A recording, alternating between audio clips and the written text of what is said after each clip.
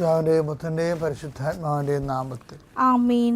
എൻ്റെ പ്രിയപ്പെട്ടവർ, ഇന്ന് ജൂലൈ 15 ചൊവ്വാഴ്ചയാണ്. അമ്മയോട് ചേർന്ന് പ്രാർത്ഥിക്കാം. അമ്മേ പരിശുദ്ധമ്മേ, അമ്മേ പരിശുദ്ധമ്മേ, ദൈവമാതാവേ, ദൈവമാതാവേ, കൃപാസനത്തിലൂടെ ഞങ്ങൾക്കും ഞങ്ങളുടെ ദേശത്തിനും അമ്മ മധ്യസ്ഥം തേടി തന്ന എല്ലാ അനുഗ്രഹങ്ങൾക്കും കൃപകൾക്കും ഞങ്ങളിപ്പോൾ ഹൃദയം നിറഞ്ഞ നന്ദി പറയുന്നു. അമ്മേ പരിശുദ്ധമേ, ദൈവമാതാവേ, 2004 ഡിസംബർ 7 തീയതി ഉച്ചകഴിഞ്ഞ് 2:30 കൃപാസനത്തിൽ സംഭവിച്ച അമ്മയുടെ പ്രത്യക്ഷപ്പെടലിനെ കുറിച്ച് തിരുസഭയ്ക്ക് സമർപ്പിച്ചിരിക്കുന്ന പഠനരേഖകളുടെ മേൽ സഭാത്മകമായ പഠനം ആരംഭിക്കുവാൻ ഞങ്ങൾ പ്രാർത്ഥിക്കുന്നു. അമ്മേ പരിശുദ്ധമേ, ഭൂസ്വർലോകങ്ങളുടെ രാജ്ഞിയായ അങ്ങേയ്ക്ക് ഭൗമ സംരക്ഷണത്തിനായി പ്രപഞ്ച പ്രകൃതിയെ തന്നെ തിരുസഭ പ്രതിഷ്ഠിക്കുവാൻ ഈ പ്രത്യക്ഷീകരണം വഴി ഇടയാക്കി പരിശുദ്ധമ്മേ, ജപമാല മാതാവേ, സകല കൃപാസനം പ്രാർത്ഥനകളോടും ചേർത്ത് ഞങ്ങളിപ്പോൾ പ്രാർത്ഥിക്കുന്ന ഈ കുടുംബത്തിന്റെ പ്രത്യേക നിയോഗം. മക്കളെ,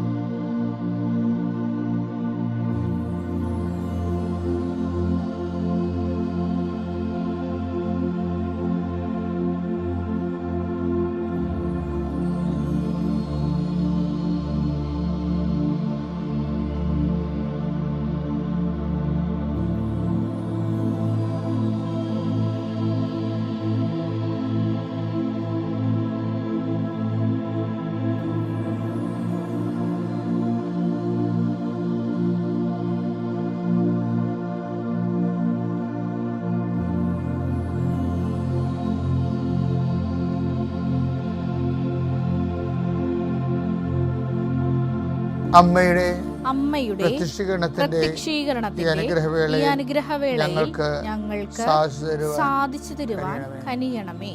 വിശ്വാസ പ്രമാണം. സർവശക്തനായ പിതാവും ആകാശത്തിന്റെയും ഭൂമിയുടെയും സൃഷ്ടാവുമായ ദൈവത്തിൽ ഞാൻ വിശ്വസിക്കുന്നു. അവിടുത്തെ ഏകപുത്രനും ഞങ്ങളുടെ കർത്താവുമായ ഈശോമിശിഹായിലും ഞാൻ വിശ്വസിക്കുന്നു. ഈ പുത്രൻ പരിശുദ്ധാത്മാവിനാൽ ഗർഭസ്ഥനായി കന്യകാമറിയത്തിൽ നിന്ന് പിറന്ന് പൊന്തിയോസ് പീലാത്തോസിന്റെ കാലത്ത് പീഡകൾ സഹിച്ച് കുരിശിൽ തറയ്ക്കപ്പെട്ട് മരിച്ച് അടക്കപ്പെട്ട് പാതാളങ്ങളിൽ ഇറങ്ങി മരിച്ചവരുടെ ഇടയിൽ നിന്ന് 3-ാം നാൾ ഉയർത്ത് സ്വർഗത്തിലേക്ക് എഴുന്നള്ളി സർവശക്തിയുള്ള പിതാവായ ദൈവത്തിന്റെ വലതുഭാഗത്തിരിക്കുന്നു. അവിടെ നിന്ന് ജീവിക്കുന്നവരെയും മരിച്ചവരെയും വിധിക്കുവാൻ വരുമെന്നും ഞാൻ വിശ്വസിക്കുന്നു. പരിശുദ്ധാത്മാവിലും ഞാൻ വിശ്വസിക്കുന്നു. വിശുദ്ധ കത്തോലിക്കാ സഭയിലും പുണ്യവാന്മാരുടെ ഐക്യത്തിലും പാപങ്ങളുടെ മോചനത്തിലും ശരീരത്തിന്റെ ഉയർപ്പിലും നിത്യമായ ജീവിതത്തിലും ഞാൻ വിശ്വസിക്കുന്നു. ആമേൻ. സ്വർഗ്ഗസ്ഥനായ ഞങ്ങളുടെ പിതാവേ, അങ്ങയുടെ നാമം പൂജിതമാകണമേ. അങ്ങയുടെ രാജ്യം വരണമേ. അങ്ങയുടെ തിരുമനസ് സ്വർഗത്തിലെ പോലെ ഭൂമിയിലും ആകണമേ. അന്നു വേണ്ടുന്ന ആഹാരം ഇന്ന് ഞങ്ങൾക്ക് തരണമേ. ഞങ്ങളോട് തെറ്റ് ചെയ്യുന്നവരോട് ഞങ്ങൾ ക്ഷമിക്കുന്നത് പോലെ ഞങ്ങളുടെ തെറ്റുകൾ ഞങ്ങളോടും ക്ഷമിക്കണമേ. ഞങ്ങളെ പ്രലോഭനത്തിൽ ഉൾപ്പെടുത്തരുതേ, തിന്മയിൽ ഞങ്ങൾ രക്ഷിക്കണമേ. ആമേൻ. നന്മ നിറഞ്ഞ മറിയമേ, സ്വസ്തി. കർത്താവ് അങ്ങയുടെ കൂടെ സ്ത്രീകളിൽ അങ്ങ് അനുഗ്രഹിക്കപ്പെട്ടവളാകുന്നു. അങ്ങയുടെ ഉദരത്തിൻ ഫലമായി ഈശോ അനുഗ്രഹിക്കപ്പെട്ടവനാകുന്നു.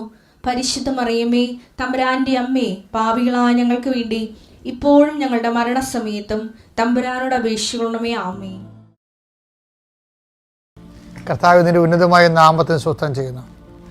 കർത്താവിന്റെ വിശുദ്ധ പൗരോഹിത്യത്തെ മഹത്വപ്പെടുത്തണമേ. കർത്താവ് സഭയിലുള്ള സാന്നിധ്യം പ്രകടമാക്കണമേ. കർത്താവ് ഇന്ന് പ്രാർത്ഥിക്കുന്നത് വൈവാഹിക ജീവിതത്തിൽ ചെതറി നിൽക്കുന്നവരുണ്ട്, മനസ്സ് പതറി നിൽക്കുന്നവരുണ്ട്, മക്കളെക്കുറിച്ച് വേവലാതി കൊള്ളുന്നവരുണ്ട്, മക്കളുടെ രോഗങ്ങളെക്കുറിച്ച് ആദി കൊള്ളുന്നവരുണ്ട്, പേക്കിടാങ്ങളുടെ രോഗങ്ങളെക്കുറിച്ച് ആദി കൊള്ളുന്നവരുണ്ട്. കർത്താവ് അങ്ങനെ എല്ലാ ആദികൾക്കും അറുതി വരുത്താൻ അങ്ങയോട് കണ്ണീരോടെ പ്രാർത്ഥിക്കുന്ന കർത്താവ് ഈശോയെ, ഓരോരോ മനുഷ്യരെ അവരുടെ പിടിച്ചു നിൽപ്പിന് വേണ്ടിയും ചെറുത്തു നിൽപ്പിന് വേണ്ടിയും അവരുടെ നിലനിൽപ്പിന് വേണ്ടിയും അവരുടെ എല്ലാ പോരാട്ടങ്ങളിലും കർത്താവ് ന്യായമായ എല്ലാ പോരാട്ടങ്ങളിലും കർത്താവിൻ്റെ ശക്തി നിന്നെ ആവശ്യിക്കുകയും നീ ചെയ്തു തീർക്കേണ്ട ജോലി കർത്താവ് നിന്നെ സഹായിക്കുകയും ചെയ്യാൻ വേണ്ടിയും എളുപ്പത്തിൽ ചെയ്യാൻ വേണ്ടിയും അത് പൂർത്തിയാക്കാൻ വേണ്ടിയും പ്രത്യേകിച്ച് കർത്താവിൻ്റെ വചനത്തിരിക്കുന്ന പോലെ അവൻ ചെയ്തതെല്ലാം കർത്താവ് ശുഭമാക്കുകയും ചെയ്തു എന്ന് പറഞ്ഞതുപോലെ കർത്താവ് നിൻ്റെ ജോലികളെയെല്ലാം, നിൻ്റെ ഉത്തരവാദിത്തങ്ങളെയെല്ലാം, നീ ചെയ്തു തീർക്കേണ്ട കാര്യങ്ങളെയെല്ലാം, ഇന്നത്തെ മുഴുവൻ യാത്രകൾ, ഇന്നത്തെ മുഴുവൻ സംസാരങ്ങൾ, ഇന്നത്തെ മുഴുവൻ എഴുത്തുകുത്തുകൾ, ഇന്നത്തെ മുഴുവൻ ഫോൺ വിളികൾ, ഇന്നത്തെ മുഴുവൻ സംഭാഷണങ്ങൾ കർത്താവ് ആശീർവദിക്കുകയും കർത്താവിൻ്റെ ആത്മാവിനാൽ നയിക്കപ്പെടുകയും കർത്താവിൻ്റെ ആത്മാവിനാൽ അമ്മയുടെ മധ്യസ്ഥ ലഭിക്കുകയും നീ വിജയശ്രീലാളിതനായി തിരികെ വരാൻ, ഇന്ന് രാത്രി കിടക്കയിലേക്ക് വരാൻ കർത്താവ് നിന്നെ അനുഗ്രഹിക്കുകയും ചെയ്യട്ടെ. ഞാനൊരിക്കലേ ഒരു ചേട്ടായി, ഒരു സഹോദരൻ ഒരു ഭയങ്കരമായ ഒരു സംഘടനത്തിൽ ശത്രുക്കൾ അദ്ദേഹത്തെ വെടിവെച്ചു. അദ്ദേഹം മരിച്ചുപോയി. അപ്പോഴേ അദ്ദേഹത്തിൻ്റെ ജ്യേഷ്ഠനും മരിച്ച ആളും ജ്യേഷ്ഠനും തമ്മിൽ ഭയങ്കര ജീവനായിരുന്നു.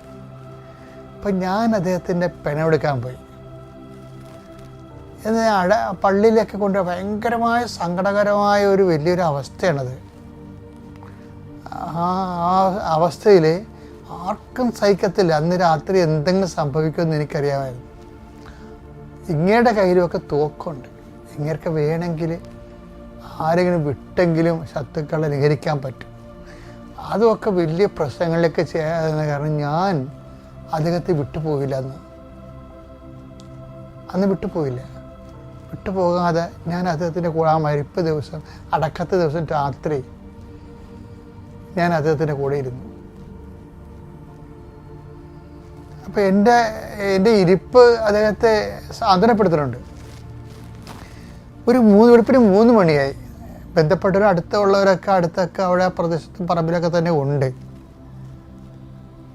അപ്പോൾ ഞാൻ പറഞ്ഞ നമുക്കൊന്ന് പ്രാർത്ഥിക്കാൻ ചോദിച്ചു. ആ സമയത്ത് പ്രാർത്ഥിക്കാൻ പറ്റുന്ന ഒരു മാനസികാവസ്ഥ അല്ല പുള്ളി. അപ്പം ഞാൻ കർത്താവിനെ പറഞ്ഞ കർത്താവ് ഇയാൾക്ക് അഭിഷേകം കൊടുത്തില്ലെങ്കിൽ ഇങ്ങേർക്ക് പ്രാർത്ഥിക്കത്തില്ല. അപ്പം ഇങ്ങനെ അഭിഷേകം കൊടുക്കണം. എന്നാൽ ഞാൻ അദ്ദേഹത്തോട് ഈ വിഷയം പ്രാർത്ഥിക്കാൻ. ഞാൻ പറഞ്ഞു നമുക്ക് ഞങ്ങൾ കുറച്ച് നേരം ഇരുന്ന് പ്രാർത്ഥിച്ച്. ഭയങ്കര സങ്കടവും ദേഷ്യവും എല്ലാം ഇങ്ങനെ പതറി നിൽക്കുകയാണ്. പിന്നെ അദ്ദേഹം ഞാൻ എന്നിട്ട് പറഞ്ഞു ബൈബിളെ കൈവെക്കാൻ പറഞ്ഞു. ബൈബിളെ കൈവച്ചപ്പോൾ ഞാൻ പറഞ്ഞു, കർത്താവേ, നിൻ്റെ കയ്യിലാണ് ഈ മനുഷ്യൻ്റെ ജീവൻ. ഞാൻ നിൻ്റെ ഒരു കപ്പേറിനെ പോലെ ജോലി ചെയ്യുന്ന ആളാണ്. എനിക്കിവിടെ ഒന്നും ചെയ്യാനില്ല. നിൻ്റെ പേരിൽ എനിക്ക് ഈ വിഷയമൊന്നും മോണിറ്റർ ചെയ്യാനേ പറ്റത്തുള്ളൂ. അപ്പോൾ നീ എന്നെ സഹായിക്കണം, ഈ മകനെ ധൈര്യപ്പെടുത്തി കൊടുക്കണമെന്ന് പറഞ്ഞു. എന്നിട്ട് ഞാനിത് വിശ്വാസപ്രമാണം ചെയ്തിട്ട് ഞാൻ പറഞ്ഞു, ചേട്ടാ ഒരു നമ്പർ പറയാൻ പറഞ്ഞു. ഇങ്ങനെ നമ്പർ പറയാൻ പറഞ്ഞപ്പോഴും അദ്ദേഹം പറഞ്ഞ 11 എന്ന് പറഞ്ഞു. പിന്നെ വേറെ ഒരു നമ്പർ കൂടി പറഞ്ഞു. പിന്നെ ഞാൻ വിശ്വാസപ്രമാണം ചൊല്ലി ഞാൻ സുവിശേഷം ചോദിച്ചപ്പോൾ അദ്ദേഹം യോഹന്നാൻ എന്ന് പറഞ്ഞു. അപ്പോൾ അതിൽ കിടക്കുന്നത് യോഹന്നാൻ 11 ലാസറിൻ്റെ മരണത്തെക്കുറിച്ചാണ് കിടക്കുന്നത്. നിൻ്റെ സഹോദരൻ ഉയർത്തി നിൽക്കുമെന്ന് പറഞ്ഞു. അപ്പോൾ ഈ മനുഷ്യൻ കണ്ണു നിറഞ്ഞു. കർത്താവ് അറിഞ്ഞല്ല, അത് മതിയെന്ന് പറഞ്ഞു. കർത്താവ് അറിഞ്ഞല്ല എൻ്റെ വിഷമവും എൻ്റെ കുടുംബത്തിൻ്റെ, അത് മതിയെന്ന് പറഞ്ഞു. അപ്പോൾ എന്ന് വെച്ച് കഴിഞ്ഞാൽ ദൈവവചനത്തിന് ആൾക്കാരെ ശക്തിപ്പെടുത്താൻ കഴിയും. അതുപോലൊരു സംഭവമാണ് ഒരു ടീച്ചർ ദിവസം എൻ്റെ മുറിയിൽ വന്ന്, അത് ഇവരും കടൂരമായൊരു വേദനയപ്പെട്ട് പോവുകയെന്ന്. ചെറുപ്പക്കാരൻ അവർ സ്നേഹിച്ച് കല്യാണം കഴിച്ചവരാണ്, സ്നേഹിച്ചതിനെ ജീവിച്ചു. പക്ഷേ ഭർത്താവ് ഒരു ദിവസം പെട്ടെന്ന് മരിച്ചു. ഞാനാണ് ഉപചാരങ്ങൾ ചെയ്തത്. പിന്നെ ആശുപത്രിയിൽ പോയി ലാസാക്കാൻ ഞാനാണ് കൊടുത്തത്. എനിക്ക് അവരുടെ ഞാനന്ന് കൊച്ചച്ഛനായിരുന്നു. എനിക്ക് ആ ഭർത്താവ് മരിച്ച ശശിയെ കാണാൻ എങ്ങനെ അവരോട് എങ്ങനെ നമ്മൾ കമ്മ്യൂണിക്കേറ്റ് ചെയ്യുക, എനിക്ക് അന്ന് പരിചയമില്ലായിരുന്നു. ഇന്ന് ഞാൻ അങ്ങനെയുള്ള ആൾക്കാരെ കണ്ടാൽ എനിക്ക് പെട്ടെന്ന് കർത്താവ് ത്രോട്ട് ഓപ്പൺ ചെയ്ത് തരും. അപ്പോൾ ഞാൻ അവർ പറയണ എല്ലാം അവർക്ക് ഇഷ്ടപ്പെടുകയും അവരതിനെ അതിജീവിക്കുകയും ചെയ്യും. പണ്ട് എനിക്ക് ആ ഒരു വരപ്രസാദം ഇല്ലായിരുന്നു. എന്നുവെച്ചാൽ 93-92 കാലങ്ങളിൽ. അപ്പോൾ ഞാനൊരു ദിവസം ഇങ്ങനെ സംഭവിച്ചു കഴിഞ്ഞപ്പോൾ, കുറച്ച് കാലം കഴിഞ്ഞപ്പോൾ ഞാൻ ഇവരെ കണ്ടപ്പോൾ എനിക്ക് എങ്ങനെയാണ് ഇവരെ ഫേസ് ചെയ്യേണ്ടതെന്ന് അറിയത്തില്ല. പക്ഷെ ഞാൻ എൻ്റെ മേടയിൽ അവർ വന്നപ്പോൾ ഞാൻ അവർക്ക് ഊണ് കൊടുത്തു. എന്നിട്ട് അവർ പോകാൻ നേരത്ത് അവരോട് പറഞ്ഞു, അപ്പോൾ ഞാൻ സ്ഥലം മാറി പോയായിരുന്നു അവിടെ പള്ളിയിൽ നിന്ന്, അവിടെ സ്ഥലത്ത് നിന്ന് അവരുടെ പള്ളിയിൽ നിന്നപ്പോൾ അവരെന്നെ കാണാമെന്നാണ്. ഉച്ചക്ക് വന്ന് കണ്ട് ഊണ് കൊടുത്തു. പിന്നെ അവർ പോകാൻ നേരത്ത് ഞാൻ പറഞ്ഞു, ചേച്ചി കല്യാണം കഴിക്കണില്ലേ എന്ന് ചോദിച്ചു. അപ്പോഴവരെന്നോട് പറഞ്ഞു, അച്ഛാ 54:5 എന്ന് പറഞ്ഞു. എനിക്ക് അന്നത്തെ ഒരു കാലം നിങ്ങൾ പറഞ്ഞാൽ ചിലപ്പോൾ നിങ്ങനെ ധരിക്കുന്ന രീതിയിൽ അന്നത്തെ കാലത്തേക്ക് അതൊന്നും അത്രയും ഈ ജനമിങ്ങനെ വചനം കൊണ്ട് ജീവിക്കുന്നതിനെക്കുറിച്ച് ഞാനിങ്ങനെ മനസ്സിലാക്കി വരുന്നൊരു കാലമാണ്. 54:5 നിന്റെ സൃഷ്ടാവാണ് നിന്റെ ഭർത്താവ്, നിന്റെ സൃഷ്ടാവാണ് നിന്റെ ഭർത്താവ്, സൈന്യങ്ങളുടെ കർത്താവ് എന്നാണ് അവിടുത്തെ നാമം. സൈന്യങ്ങളുടെ കർത്താവ് എന്നുവെച്ചാൽ സർവശക്തനാ എന്നാണ് അവിടുത്തെ നാമം. അപ്പം ഞാനോർത്ത് ദൈവമേ ഇത്രയും വലിയ ഒരു ഉരുൾപൊട്ടലാണ് ദുഃഖത്തിൻ്റെ. അതിൻ്റെ മുഖത്ത് നിന്നുകൊണ്ട് ഇവർ ക്രിസ്തുവിനെ കർത്താവ് എന്ന് പറയണില്ലേ. അപ്പം ഇവിടെ ഭർത്താവിനേക്കാളും അതിൻ്റെ വിയോഗത്തെക്കാളും ഇതിനെല്ലാം അവർ അതിജീവിച്ചിരിക്കുകയാണ്. ആരെക്കൊണ്ട്? ക്രിസ്തുവിനെ കൊണ്ട്. അതായത് ക്രിസ്തുവിനെ അത് ആ ഒരു തകർച്ച ദൈവത്തിൽ പൂർണ്ണമായിട്ട് ആശ്രയിക്കാൻ അവർക്ക് കൊടുത്ത ഒരു അവസരമാണത്. അവരത് ഫലപ്രദമായിട്ട് വിനിയോഗിച്ചു. നമുക്കറിയാം, നിങ്ങൾക്കൊരു കാര്യം അറിയാമോ? അതായത് ഏറ്റവും ക്രിസ്തുവിനെ അനുഭവിക്കാൻ ഏറ്റവും നല്ല സമയം ഇപ്പം നമുക്ക് പല കാലങ്ങളില്ലേ അല്ലേ. ഇപ്പം കുരുമുളക്, പണ്ട് ചേരമാൻ പെരുമാളിൻ്റെ ഒരു കഥ ഉണ്ട്. കോഴിക്കോട് സാമൂതിരിയുടെ കാലത്ത് ഈ പോർട്ടുഗീസുകാരും ഡച്ചുകാരും ഒക്കെ ഇവിടെ വന്ന് അവർ നമ്മുടെ കുരുമുളകൊക്കെ വാങ്ങിക്കൊണ്ട് പോവുകയും അവരുടെ കൂണോപ്പുള്ള കമ്പനിയൊക്കെ സ്ഥാപിച്ചു കഴിഞ്ഞപ്പോൾ പല ആൾക്കാരും കുരുമുളക് തൈ കൊണ്ടുപോയി വിടുന്നു. അപ്പോൾ ഇവിടുത്തെ രാജാവിൻ്റെ കൂടെ ഉണ്ടായിരുന്ന ആൾക്കാർ പറഞ്ഞു, തിരുമേനി നമ്മളെ കുരുമുളക് തൈയും കൊണ്ട് അവർ പോയി, ഇനിയിപ്പോൾ അവർക്ക് തന്നെ കുരുമുളക് പിടിപ്പിച്ചാൽ പിന്നെ അവരിങ്ങോട്ട് വരത്തില്ല, നമ്മൾ പട്ടിണിയായി പോകുമെന്ന് പറയും. ഉടനെ സാമൂതിരി പറയവേ, കുരുമുളക് തൈ കൊണ്ടുപോകാം അവർക്ക്, പക്ഷെ തിരുവാതിര കൊണ്ടുപോകാൻ പറ്റത്തില്ല. അയ്യോ, എന്തൊരു ജ്ഞാനമാണ്! തിരുവാതിര എന്ന് പറഞ്ഞ് നമുക്കറിയാമില്ലേ, നമുക്ക് ഈ വർഷകാലത്തെ തിരുവാതിരയ്ക്ക് പെയ്യുന്ന 140 മഴയിലാണ് കുരുമുളകിൻ്റെ ബീജഭാവങ്ങളും എല്ലാം നടക്കുന്നത്. അത് നമുക്ക് ദൈവം ദാനമായി നൽകിയാണ് കാലാവസ്ഥയൊക്കെ ചേഞ്ച് ചെയ്യണമെന്നൊക്കെ എനിക്ക് പേടിയാണ്. കാര്യം നമ്മളാകപ്പാടെ ഇവിടെ അവശേഷിക്കണം നമ്മുടെ പഴയ കാലാവസ്ഥയിൽ. അതും കൂടി പോയാൽ പിന്നെ ഒന്നുമില്ല ഇവിടെ. അപ്പം അതുകൊണ്ട് അതുപോലെ തന്നെയാണ് ഒരു വിഷയമാണിത്. എന്താണിത്? ക്രിസ്തുവിനെ, അതായത് ഒരു മനുഷ്യനെ ഇന്ന് എടുത്തു മാറ്റാൻ കഴിയുന്ന എന്താണ്? ക്രിസ്തുവിനെ എടുത്തു മാറ്റിയാൽ മാത്രമേ ഒരു മനുഷ്യനെ തറ പറ്റിക്കാൻ പറ്റത്തുള്ളൂ. ഞാൻ ആ ടീച്ചറിൽ നിന്ന് അതാ പഠിച്ചത്. കൊടിയ ദുഃഖത്തിൻ്റെ, ഭർത്തൃവിയോഗത്തിൻ്റെ കൊടിയ ദുഃഖങ്ങളെ അതിജീവിപ്പിച്ചത് ആരാണ്? കർത്താവാണ്. കാര്യം എന്താണ്? ഈ പൗലോസ് അപ്പോസ്തലൻ്റെ അനുഭവങ്ങൾ ഭയങ്കര ക്രിസ്തു അനുഭവങ്ങളുണ്ടല്ലോ, മറ്റപ്പോസ്തലന്മാരിൽ നിന്ന് ഭയങ്കര വ്യത്യാസമാണ്. ഈ മനുഷ്യൻ ക്രിസ്തുവിനെ കണ്ടിട്ടില്ല നേരിട്ട്, പക്ഷേ കാണാതെ കണ്ട ഒരനുഭവമാണ്. എന്താണ്? ദൈവം സമസ്തവും അവൻ്റെ പാദത്തിൻ്റെ കീഴിലാക്കിയിരിക്കുന്നു. 1 Corinthians 15:26 മരണമെന്ന അവസാന ശത്രുവും ക്രിസ്തുവിന്റെ പുറത്തുള്ള മരണമാണ്. മരണമെന്ന അവസാന ശത്രുവും നശിപ്പിക്കപ്പെട്ടിരിക്കുന്നു. ഓ, അടിപൊളി! ആര്? ക്രിസ്തുവിന്റെ മരണത്താലാണേ അവൻ ജീവനെ പുനരുദ്ധരിച്ചില്ലേ, മരണം നശിപ്പിക്കപ്പെട്ടില്ലേ. ദൈവം സമസ്തവും അധീനമാക്കി അവന്റെ പാദത്തിന് അധീനമാക്കി. അതാണ് സംഭവം. അതുകൊണ്ടാണ് അവൻ കർത്താവായിരിക്കുന്നത്. അതുകൊണ്ടാണ് ഈ ആൾക്കാരൊക്കെ പറയത്തില്ലേ, നിങ്ങളിനി അറിയിക്കേണ്ടവരൊക്കെ അറിയിക്കുക കേട്ടോ എന്ന് പറയുമ്പോഴും, അപ്പോൾ ഭർത്താവിൻ്റെ അസുഖമായിരിക്കും, അല്ലെങ്കിൽ മക്കളുടെ അസുഖമായിരിക്കും. അമ്മ പറയും, എനിക്ക് അറിയിക്കേണ്ട ആളെ ഞാൻ അറിയിച്ചു, ഒരു ഡോക്ടറെ എന്ന് പറയും. നാട്ടുവർത്തമാനത്തിൽ എത്ര സാക്ഷിയാണെന്ന് അങ്ങനെ വേണ്ടത്? ആരാണ്? അവർക്കറിയാം ഡോക്ടറല്ല കർത്താവെന്ന്, യേശുവാണ് കർത്താവ്. എത്ര ഹാർട്ട് അറ്റാക്ക് വന്ന് കോമായി പോയ ആൾക്കാരാണെന്നറിയാമോ ഈ ചേടത്തിമാർ ICU വിളിച്ചുകൊണ്ട് പോരണത്? എന്താ കാര്യം? കർത്താവിൻ്റെ നാമം, ദൈവം സമസ്തവും. നിന്റെ മരണം സംഭവിച്ചു എന്ന് പറയുന്ന അതിനെ പോലും ക്രിസ്തുവിൻ്റെ താഴെയാണ്.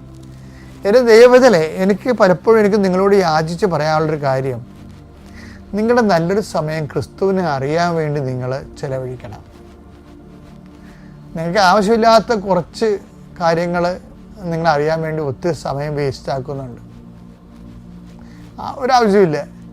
ഒരു മനുഷ്യനെ എനിക്ക് പലപ്പോഴും തോന്നാറുണ്ട്, ഈ വെറുക്കപ്പെട്ട മനുഷ്യരില്ലേ, അതുപോലെ തള്ളപ്പെട്ട മനുഷ്യർ, അങ്ങനെയുള്ളൊരു മനുഷ്യർ ഒരിക്കലും ദൈവത്തെക്കുറിച്ച് ചിന്തിക്കാനോ ആലോചിക്കാനോ അതിനേക്കാൾ വലുതായിട്ട് അവർക്ക്, കാര്യം ഈ ലോകത്ത് ഏറ്റവും വലിയ പ്രശ്നം വെച്ച് കഴിഞ്ഞാൽ, ഒന്നാമത്തിൽ ദൈവികമായ കാര്യങ്ങൾ കേൾക്കുമ്പോൾ നമുക്ക് പാലും പഞ്ചാരം പോരാ, ഭയങ്കര കോമ്പിനേഷൻസാണ് നമ്മുടെ മനസ്സിൽ, സന്തോഷവും രുചി നമുക്ക് തോന്നും. അപ്പോൾ അഭിരുചി ഉണ്ടാകും. ആധ്യാത്മികത എന്ന് പറയുന്നത് ദൈവത്തെക്കുറിച്ചുള്ള രുചിയും അഭിരുചിയുമാണ് ശരിക്കും. വെച്ചാൽ നമുക്കത് ഫീൽ ചെയ്യും, ഇത്തിരി കിട്ടിയിരുന്നേ കൊള്ളാമെന്ന് തോന്നുകയല്ലേ, അതിനാണ് അഭിരുചി എന്ന് പറയുന്നത്. ഇത്തിരി കിട്ടിയിരുന്നേ കൊള്ളാമായിരുന്നു തോന്നത്തില്ലേ, അതിനാണ് അഭിരുചി. അത് കഴിക്കുമ്പോൾ ഉണ്ടാകുന്ന രുചി. അപ്പോൾ അതുപോലെ ദൈവത്തെക്കുറിച്ച് എപ്പോഴും നമുക്ക്, ഇപ്പോൾ എനിക്ക് ചില സമയത്ത് അങ്ങനെ പൊക്കി പറയുകയല്ല, എനിക്ക് ഇത്തിരി സമയം ഫ്രീ കിട്ടിയാൽ ഞാൻ കർത്താവിനെക്കുറിച്ച് ചിന്തിക്കും, കർത്താവിനെക്കുറിച്ച് ചിന്തിക്കും. ചിന്തിക്കാൻ വേണ്ടി മാത്രമുണ്ട്. ഒരു ജന്മം ചിന്തിച്ചിട്ട് പോലും തീർന്നിട്ടില്ല. അതാണ് ക്രിസ്തു. ചില സമയത്തവർക്ക് ദൈവമേ, എൻ്റെ ദൈവം എന്നോട് കാണിച്ച ഏറ്റവും വലിയ കാരുണ്യം എന്ന് പറഞ്ഞാൽ പൗരോഹിത്യമാണ്. പ്രത്യേകിച്ച് കാത്തലിക് പ്രീസ്റ്റ്ഹുഡ് അടിപൊളി. ക്രിസ്തുവിനെ അറിയാൻ, കാര്യം മറ്റുള്ളവർക്ക് ക്രിസ്തു ഉണ്ടെങ്കിൽ ബൈബിളിലുള്ള ക്രിസ്തുവിലേ ഉള്ളൂ, കൂദാശയിലുള്ള ക്രിസ്തു ഇല്ല. അത് വേറിട്ടൊരു സംഭവമാണ്. സാഹിത്യ അക്കാദമിയൊക്കെ പഠിക്കുമ്പോൾ ഞാൻ അപ്പം തമ്പുരാനിൽ 2.5 മണിക്കൂർ തൊട്ട് 3 മണി വരെ എടുത്ത് ഞാൻ കുർബാന ചൊല്ലിയിട്ടുണ്ട്. ഞാൻ വെറുതെ നിങ്ങൾ വായിത്തോളം പറഞ്ഞതല്ല, ഈ നമ്മൾ പബ്ലിക്കായിട്ട് കുർബാന ചെയ്യുന്ന പോലെയല്ല, ഒറ്റയ്ക്ക് ക്രിസ്തുവായിട്ട് കൺഫ്രണ്ട് ചെയ്യുന്ന ആഭിമുഖ്യമില്ലേ, അതൊരു വല്ലാത്ത ആഭിമുഖ്യമാണ്. കാര്യം കുർബാനയുടെ ലിറ്റർജിയുടെ ഓരോ വാക്കുകളും കർത്താവെ കനിയണമെന്ന് ചോദിച്ചു കഴിഞ്ഞാൽ അതിന് യഥാർത്ഥ ചരിത്രം അറിയുമെങ്കിൽ നമ്മുടെ കണ്ണു നിറയും. നമ്മളിങ്ങനെ പറഞ്ഞുകൊണ്ടേയിരിക്കും, കർത്താവെ കനിയണമേ, ക്രിസ്തുവെ കനിയണമേ. എന്താ കാര്യം? രാജാക്കന്മാർ യുദ്ധത്തിന് പോകുമ്പോൾ ഇപ്പോൾ തങ്ങളെ ആക്രമിക്കാൻ വരുന്ന ശത്രുക്കളെ പിന്തുടർന്ന് നശിപ്പിച്ച് അവരുടെ കൊട്ടക്കൊത്തളങ്ങളെല്ലാം നശിപ്പിച്ചിട്ട് ജനങ്ങളെ ജീവനിൽ നിന്ന് രക്ഷിക്കുകയും ചെയ്യും. നശിപ്പിച്ചിട്ട് അവരുടെ വസ്തുവകൾ കൊള്ളയടിച്ചുകൊണ്ട് രാജാവ് തിരിച്ചു വരും. കുതിരപ്പുറത്ത് അശ്വാരൂഢനായി ആധികാരികമായിട്ട് വിജയശീലാളിനെ തിരിച്ചു വരുമ്പോൾ തങ്ങളുടെ ജീവൻ രക്ഷിച്ച രാജാവിനെ മുമ്പിൽ ആൾക്കാർ അവരുടെ തോൾനാടനും മേലങ്കികളും വിരിച്ചിട്ട് പറയും, കർത്താവെ കനിയണമേ, Lord have mercy on us. എന്ന് വെച്ചാൽ നീ ഞങ്ങളുടെ ശത്രുക്കളെ വേട്ടയാടി പിടിച്ചു, ഞങ്ങളുടെ ജീവൻ രക്ഷിച്ചു, അവരുടെ വസ്തുക്കൾ കൊള്ള ചെയ്ത് നീ വരികയാണ്. കർത്താവെ നീ നേടിയെടുത്തതിൻ്റെ ഞങ്ങൾക്ക് ഇത്തിരി തരണമേന്ന് ചോദിക്കും. അപ്പോൾ രാജാവ് സന്തോഷത്തോടെ സ്വർണവിൻ്റെ ഒക്കെ ഓരോരുത്തർക്കും ഇങ്ങനെ വാരി വാരി കൊടുക്കും. ഇതാണ് റോമൻ ചരിത്രം. ഇതിൽ നിന്നാണ് കർത്താവെ കനിയണം, Lord have mercy on us എന്ന് ജനങ്ങൾ പറയുന്നതാണ്. പിന്നീട് കർത്താവിനെ കണ്ടപ്പോഴും ജനങ്ങൾക്ക് പറയാൻ തുടങ്ങി. എന്താ കാര്യം? കർത്താവാണ് പാപത്തെ ജയിച്ചത്, സാത്താനെ തകർത്തത്, കൃപയെ പുനരുദ്ധരിച്ചത്.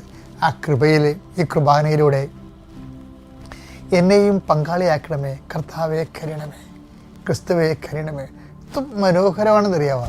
നമ്മൾ അത് പറഞ്ഞുകൊണ്ട് ഞാൻ സാഹിത്യ അക്കാദമി കുർബാന ചെയ്യുമ്പോൾ 3 പ്രാവശ്യമല്ല കർത്താവ് വഴിയെന്ന് പറയണത്, ഞാനങ്ങനെ പറഞ്ഞുകൊണ്ടിരിക്കും. എന്താണത്? കർത്താവിനെ കുറിച്ച് ആ മനുഷ്യൻ്റെ ആത്മാവ് കർത്താവിൻ്റെ ലൈനിൽ വരുന്നത് വരെ ഞാൻ പറയും, കർത്താവെ കരുണമേ, ക്രിസ്തുവെ കരുണമേ. എന്താണ്? നീ നേടിയ രക്ഷയുടെ കൃപ എനിക്ക് അവകാശമാക്കാൻ എന്നെ അനുഗ്രഹിക്കണമേ. ഞാൻ നിൻ്റെ ജനത്തെ ശുശ്രൂഷിക്കട്ടെ. അതാണ് ഈ പൗരോഹിത്യം എന്ന് പറയണതിൻ്റെ കാര്യം. അതാണ് നമ്മൾ പൗരോഹിത്യത്തിന് വരുന്നപ്പോൾ ശുശ്രൂഷ വരണം. എന്തുകൊണ്ടാണ്?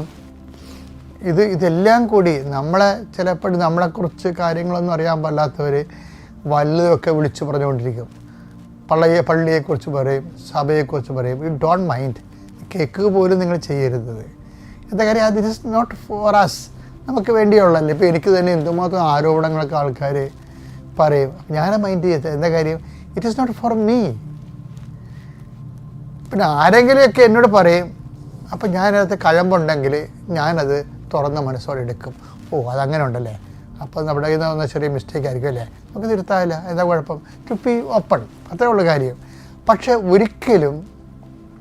ഒരിക്കലും ആവശ്യമില്ലാത്തവിടത്ത് മുമ്പ് തലവെച്ച് നമ്മൾ ആ സമയത്ത് കൂടി ദൈവത്തെ അറിയാൻ ആ ഒരു വകുപ്പ് കൂടി എടുത്തിട്ട് ദൈവത്തെ ആശ്രയിക്കാനും അറിയാനും വേണ്ടി നമ്മൾ ഇൻവെസ്റ്റ് ചെയ്യണം. അതിൻ്റെ അകത്ത് ഇൻവെസ്റ്റ് ചെയ്യണം. അത്യപൂർവ ദൈവാനുഭവങ്ങൾ ഇനി നിങ്ങൾക്കും സ്വന്തം. ഈ യൂട്യൂബ് ചാനൽ ഇതുവരെ സബ്സ്ക്രൈബ് ചെയ്തിട്ടില്ലെങ്കിൽ ഇപ്പോൾ തന്നെ സബ്സ്ക്രൈബ് ചെയ്യുക.